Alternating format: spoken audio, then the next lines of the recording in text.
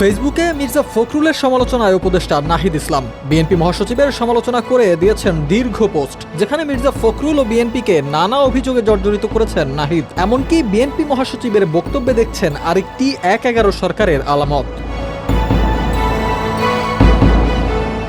মির্জা ফখরুলের বক্তব্যে সংসদীয় সংখ্যাগরিষ্ঠতা ও নতজানু পররাষ্ট্রনীতির ধারাবাহিকতা এবং খুন ও জুলাই গণহত্যার বিচার না হওয়ার আলামত রয়েছে বলেও মন্তব্য করেছেন বৈষম্য বিরোধী ছাত্র আন্দোলনের অন্যতম এই সমন্বয়ক। বিএনপি কয়েকদিন আগে -2 এর আলোচনা করলেও এখন ক্ষমতায় যাওয়ার পথ সুগম করার জন্য নিরপেক্ষ সরকারের নামে আরেকটি ১/১১ সরকারের প্রস্তাবনা করছে বলেও মন্তব্য করেছেন নাহিদ।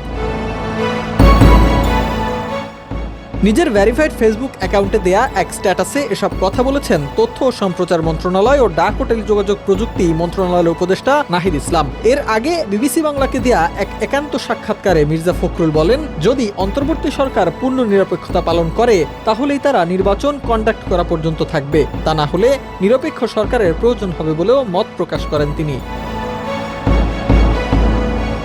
এ সময় নিজেদের প্রতিনিধি সরকারে রেখে নির্বাচন আয়োজনের যৌক্তিকতা নিয়েও প্রশ্ন তোলেন ফখরুল। জুলাই আন্দোলনে নেতৃত্ব দেওয়া শিক্ষার্থীরা নতুন রাজনৈতিক দল গঠন করে আগামী নির্বাচনে অংশ নিতে চাচ্ছে। এদিকে অন্তর্বর্তী সরকারের দায়িত্ব পালন করছেন ছাত্র প্রতিনিধি আসিফ মাহমুদ, নাহিদ ইসলাম ও মাহফুজ আলম। এক্ষেত্রে সরকারে নিজেদের প্রতিনিধি রেখে নির্বাচনে অংশ নিলে অন্য রাজনৈতিক দলগুলো বিষয়টি মেনে নেবে না বলেও মন্তব্য করেন বিএনপির মহাসচিব।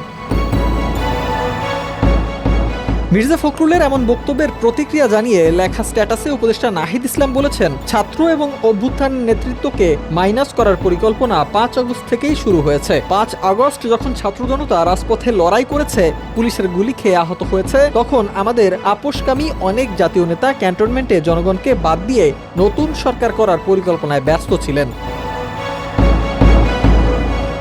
নাহিদ ইসলাম আরও বলেন, আমরা চেয়েছিলাম ফ্যাসিবাদ বিরোধী রাজনৈতিক দলগুলো ও নাগরিক সমাজের সমন্বয়ে একটি জাতীয় সরকার।